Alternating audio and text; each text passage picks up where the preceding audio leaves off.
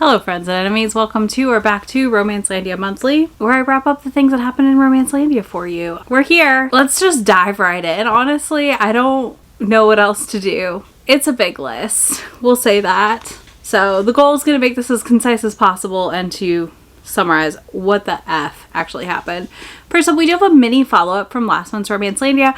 I talked about the author Colby Wilkins and how she had not released a statement yet and all these things because a report came out that she is not the identity she claims and that it's all due to an error in genealogy where they flipped two people who had the same name. Colby released her statement, literally I think the day of or after Romancelandia came up. So there's that. I do believe I did link it below. There's some threads I also linked in the video, but I want to call attention to here as well that tell the issues with the TAFF, which is the Tribal Alliance Against Frauds. Not to say they're right, like again, you're going to have to make your own judgments here, but I think the biggest update to all of this is that one, threads after the fact of this coming out, things came out about how Colby treated fellow writers and friends, supposed friends, that are a little concerning. And then also they pulled If I Dig You, her sapphic book, from publication in 2025. So that's been pulled. I felt like those were relevant things to update y'all on because that was definitely an ever-evolving issue as I was filming, and here we are now in the end of November, and obviously things have changed a lot again.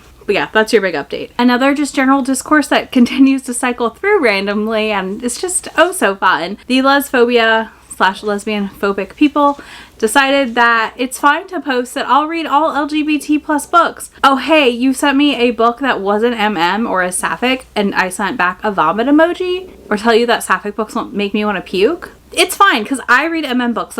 It's okay. It's not y'all. Y'all, it's not okay. If you only want to read MM books, that's your prerogative, whatever. There's issues there, but I'm not here to fix them for you, but I am here to tell you that if you mean you only want to read MM books for review, then do that, please. Say that. Or don't say LGBT plus, all that stuff. And then be like, oh no, I actually, not that letter. Because that's like extra gross. But yeah, this is one of those discourses that comes up every so often. It's been a bit since we've had some like sapphic phobic discourse. So I was just like, oh, we should call this out for a minute. I don't know exactly who it was. I just think it's interesting that people want to use a term to act like they're doing more than they are when all they're reading is one very specific identity that is generally heavily dominated by not openly queer or gay men. It's interesting to say the least. My God. Listen, we'll get there. I know what you're waiting for and we're getting there, I promise. The Scribd / Everand service, so Scribd, Scribed, whatever, changed to Everand, and they have unlimited audiobooks and books in general. The service is going away next year. Basically, they're sunsetting their unlimited model to a model where you get 1 credit for $11.99 and I think 2 credits or 3 credits for $16.99, and then you still have access, I believe, to their catalog of books. I don't know how this is going to work. I'm curious. Pricing wise, I do think it's, obviously beating out Audible and stuff like that if you don't get it at a deal. Libro FM does not have like a catalog you can just read from. Everand has published a lot of indie books on audio, which I think is really great to see, but that doesn't mean I'm torn on if I think this is a good or a bad thing, I guess, because at the end of the day, this is one of those things where it's kind of good and it's kind of bad. Like it could go either way. It's really going to depend on how it is executed. Millie is rolling on the floor next to me, so I apologize for any of the snorty noises you're getting. But yeah, I think it's fascinating. I'm curious what other people think. So Amazon has killed the Kindle Vella program, which has been around for 3 years. Okay, this is a token-based model where you buy tokens to read chapters of books. A lot of authors pre-published books on here, kind of, and then would bind it up and release it as a full book. It's been around for 3 years. It's very similar to like webtoons formats at the same time, and yeah, it's going away. I'm not surprised because I don't feel like I saw people talk about Kindle Vella a ton, so I don't know if authors were really making much on it or if it was really beneficial to them at all. All right, and next, the Amazon Kindle Colorsoft launched last month, which, while not romance specific, I will say was a fascinating thing to watch. At one point, Amazon was canceling people's orders because the original release of the device has like a yellow bar at the bottom. This is my PSA. If you don't need a new Kindle, don't buy one. If you don't read graphic formats that would need color, don't buy one. Your Kindle is fine, I promise. It's probably fine. I think if you give it a good restart, factory reset, and update, you may be good to go, to be honest. Versus the Colorsoft. Again, if you're only reading regular books, is a color cover that big a deal? It's my hot take, especially when we're watching people be used to mine the stuff that makes the batteries. I don't know, my hot take. But it was fascinating to watch. Really interesting to see people get the device and return it because they just weren't happy with it. It wasn't what they expected. It does seem the yellow band has been fixed with the newest update, so that's great. I have no interest in the device because it does not have a true dark mode, which is my bread and butter for reading when it's night and when I have a migraine. So there's that. This is the part I know you're waiting for. Why? Why do I know that? Because I know. November. What a month. What a time. What a space to be in at times. So let's rip the Band-Aid off. Let's talk about the election. If you're in the States, at least. The election happened in November. I know not everyone watching is in the States, but November post-election, so like the 5th, opened up can of worms on all platforms. We saw people making lists calling out people who hadn't spoken up about who they voted for. So that was interesting. One list maker in particular I found amusing to watch because they're young and like that's fair. That's not a knock against them. But they like had people on the list that weren't even American, that can't vote in an American election. People were again calling out the issues with the list. And I think it's just funny because at the same time we had that person doing that list, there was a list on Threads, I think. The list on Threads was funny though, because y'all, the list on Threads was people who interacted with a post that said like, if you're a conservative bookstagrammer or whatever, interact here. You know, it feels like we're surrounded by liberals and the Dems. And the list I saw that like was created was literally people who interacted with that post. You're mad you ended up on someone's block list because you interacted with a post like that and are like shocked. I don't know, kind of weird. But basically, I feel like we saw so many people get outed as being closeted conservatives / not believing in like basic human rights to some extent. Or I guess fully sold on the lie that groceries and gas are going to be cheaper in 4 years.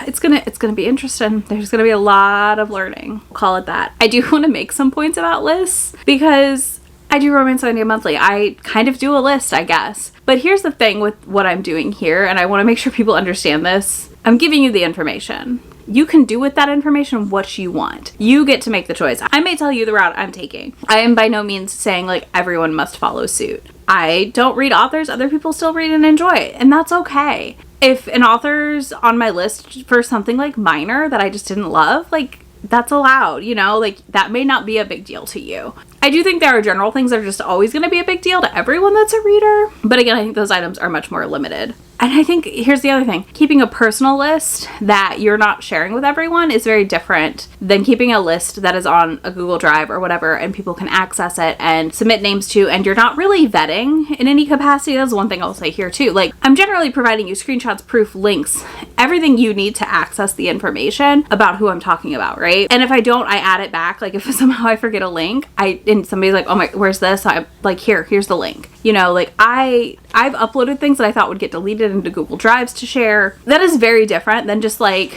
author name, they voted for Cheeto, and no link to proof evidence. There's no hard thing. Some of it's just a gut feeling, and you can have those gut feelings in your personal life, but when you start putting people on a list for a gut feeling, you're really veering into McCarthyism and to like the lists of back in the day, right? Where, oh God, you're a communist. I also think it also just like lacks consideration to the fact that like some people may put an author they just really don't like personally on that list just so people don't read them without, again, the proof, the evidence, the hard written things on paper to show why. All right, next is my probably like, not the highlight, but a very interesting take that I saw go around. One, people being surprised that someone they follow was conservative or voted for him. Listen, it's easy to hide. It's easy to hide. People will. And generally speaking, when I see this surprise, it's always about someone who looks like me. And I don't know how, if that person isn't vocally not, you don't just make the assumption that they are, right? Like, if someone is not vocally on their platform, like disavowing certain things, reading diversely, picking up books by authors that don't look like them outside the like 1 or 2 popular authors of color that are on a list, you know, I don't know how you don't think, maybe they would have. But it's fine because they outed themselves and you get to make the choice now to remove them from your feeds or not. The other thing is that it was really interesting to see those people who were outed then come back on platforms and say, reading isn't political. I need people to stop taking for granted the fact that we have access to books. The fact that we are able to read. Listen, this is mostly directed at white ladies, so we're going to leave it at that, right? Like, if you are a cis woman, because literally, we were not always allowed to read. We weren't always allowed to vote. And y'all act like this is just a God-given right, and it's not. They can take it away. And you act like access to books via the library, via your school library, should be controlled by the government with no actual involvement, and that is the only place book banning happens. On top of that, I will say a lot of these people, I believe, think book banning only happens in schools, and that is not the case. Book banning happens in public libraries too, and we have to watch what is happening with book banning, because if for 2 seconds you think your smutty romance novels are not on the chopping block, I have really bad news for you. Really, really bad news for you, because they are on the chopping block. Because book banning does not stop at schools and libraries. Book banning doesn't stop when they want to take control of these things. They can and will enforce rules that outlaw things like romance books. They can and will try to, because they will categorize them as porn. And when y'all are over here arguing that my romance books aren't porn, they don't care, because that's not how they will view the books that we read, right? They will view them as porn. I think there's an argument to be made that they are, some of them, on par with that. They will penalize companies for selling these books, or they will make our books so hard to access. Like, that is not outside the realm of possibilities. And again, I just think to sit here and say reading isn't political when access to books and things like that are being thrown into jeopardy because of politicians is bonkers. Absolutely bonkers. And you're so off base, and it's astounding to me at times that a reader can be so off base, but here we are. Because, you're in your bubble. I would think you learn things, but apparently not. All right, finally, just a quick sentiment on the election stuff for those of you who are watching my content and maybe did vote for him. My channel will and always be a place of joy and happiness for those who are left out of the conversations, who are left out of, the thought process when people vote for a man like this. I am not here to, comfort you for the fact that you voted for cheaper groceries and gas that are not happening, that you didn't do a lick of research, that you didn't question anything you saw, that you said Project 2025 is not real. That's not really his plan. And as soon as he's in office, that is the plan. Like, I'm not going to shove it in your face, but you can stay, because you're going to see me question things. You are going to see me talk on things, and I hope you listen, and I hope you learn a little bit. I'm not coming to you from a place of absolute hatred. I'm disappointed if you watch my channel and you felt that I would have voted that way or would agree with your statements. I'm just disappointed. It makes me feel like you've not been listening to the things I say, and that's fine. We can also part ways. That's absolutely okay. But I'm also, again, okay if you want to stay and you want to listen some more. You want to do the thing you love to do, listen and learn. Go for it. I'm here. But I will absolutely not allow anyone to disturb the community I have created on this channel, the peace I have created on this channel, the queer joy and safety for others I have here. We're not doing that. I will tell you that right now. So my comment section with this whole election talk will be heavily monitored, and there's no strikes. You're gone is the policy. So don't be mean. Don't be unkind. And don't start shit in the comments if you did vote for that man and you feel differently than I do about book banning, because we're not doing it. That's what I will tell you right now. So let's talk about the other person that got outed during everything going on. Duran, a audiobook narrator, another one, decided to post about reading not being political as well. And he kind of was both sidings to keep his audience. Like, he knew he was treading the line, but then people started digging.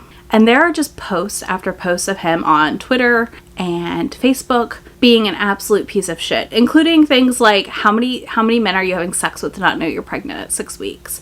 Women lying about rape related to the Kavanaugh confirmation hearings, and then some alleged sexual harassment that he has done.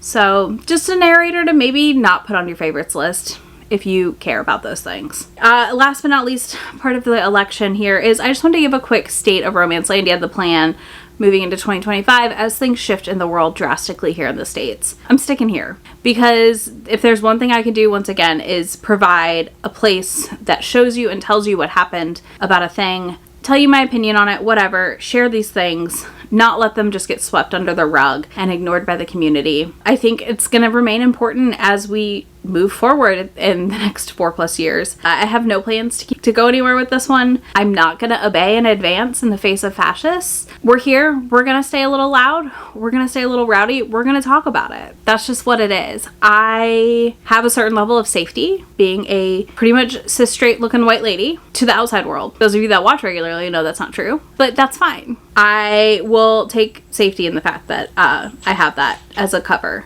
because we're going to keep reading. We're going to keep watching as people lead the fight, and we're going to help fight. That's the plan. So that's the state of the Romancelandia Union for you. All right, let's move on to less depressing things. Still depressing things? I don't know. It's a little bit of both, y'all. A little bit of both. We have another event. This is something I kind of just am throwing up as on my radar. So keep me updated, y'all, if you hear other things.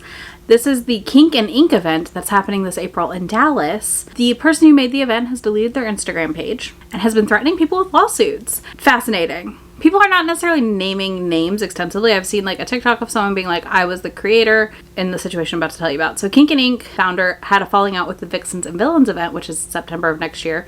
I will be there. And left them and then ended up making Kink and Ink. 6 months ago, someone messaged them trying to get an influencer kicked off the influencer team because they didn't think they should be on it or something. And the coordinator of the event and the founder had a massive falling out when all of this came out, because I guess the influencer found out like 6 months later.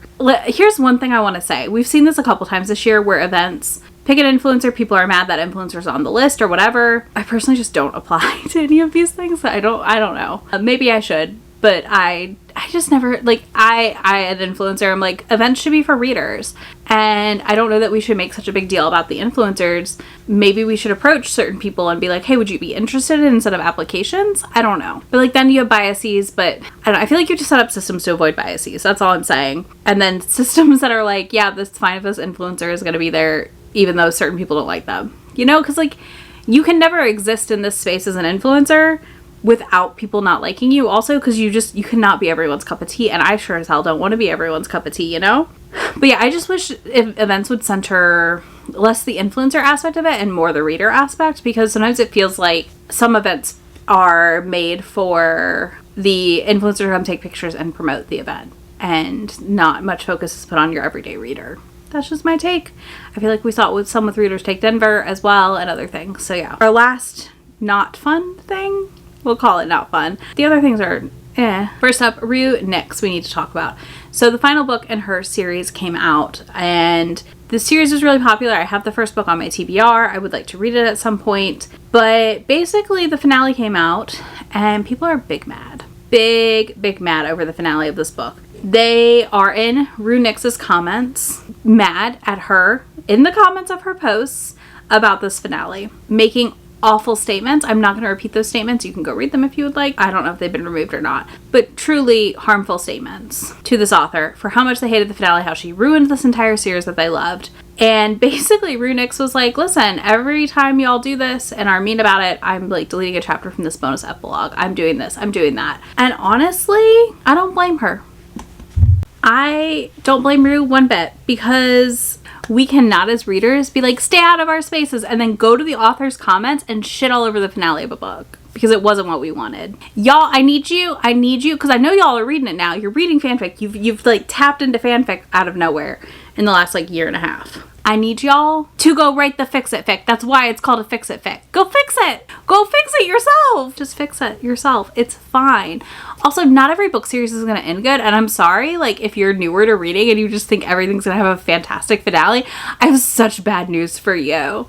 I have such bad news for you. And that is that things don't always end well. And that's why fix it fic exists sometimes, you know? But yeah, I really need readers to get their etiquette together again, because I've seen it on and off repeatedly. Like, why can't I tag them in a review less than 5 stars? Why can't I this? Why can't I that? Because you don't need to. Reviews are for readers, author spaces are for fans, and if you didn't like a thing, you can just and move on. Like, you don't, like, in their comments. Write the review on Goodreads. That's fine. But I also want to note, RuNyx went through like losing her mom, and then I think her dad's been in and out of the hospital, someone said, and I'm not confirmed to this because I just, okay. You know, and you're going to sit here and like attack an author that's already probably in a pretty fragile state. This is a weird choice. I don't love it. at all. All right, let's close this out with bonkers, I guess, things, silly things, fun things, whatever you want to call it. First up, Anne Hathaway's starring and producing Verity. Why is the Queen of Genovia doing this? I'm very confused. Do you not have better things to do, Anne Hathaway? Please and thank you, do those things. Let's get a good giggle in, y'all. I want to know y'all's thoughts on the photos for Black Dagger Brotherhood. I will note this, Passionflix is owned by Elon Musk's sister, so not for everybody, right? But we got a bunch of Black Dagger Brotherhood photos, and we can all make our choice as far as if we want to support watching this, but I do think we are all allowed to look at these photos and giggle, okay? So let's look at them. First of all, we have Wrath. I want to note, this actor is like hot out of this costume, but yikes. You have Beth. I have no thoughts on Beth. I have no thoughts on Butch either. He's there. But then we have Torment. He's there, it's fine. I don't understand the dagger placements. We're going to continue this theme of dagger placements though, because then we have Vicious. And this actor also is hot outside of this costume, but the goatee feels glued on. The knife to the neck, I don't love it. Then we have Rage, who looks like he's seen some things. And then we have Sadist with his glued on, what feels badly glued on scars. I don't know. I always envisioned him with more scars when I read these a long time ago. And then we have Fury, whose wig looks like it came from the Rogue Reject wigs, almost. Yep, that's all of them. So enjoy. I hope you like this. I want to know y'all's thoughts on these, though, for real. Like, let me know what you think of these, because I have not read that far into the series. So I would just be curious, like, people who have read all of it, is this what you envisioned or no? I don't know. It's definitely as much leather as I envisioned, but also I wanted all of them in like the big trench coats, because that would just be funny. Next we have Gabrielle Gamez's new read, which is sapphic, and it's called Kiss Me Maybe. This cover is so cute. It came out the day after the election, and it brought me so much joy, so I want to share it here.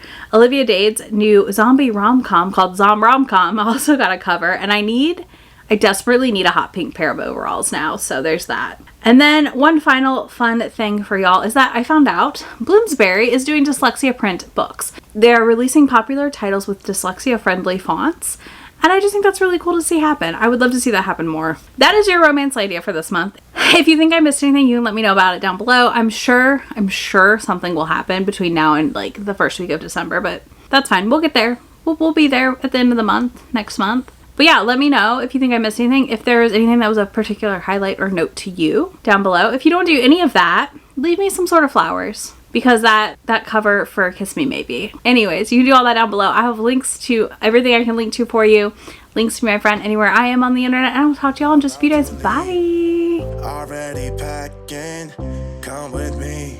I'm not really asking, we'll get away to a place where we don't know. About to see the world in action, what we can be, life with no distractions. We'll get away, this is what we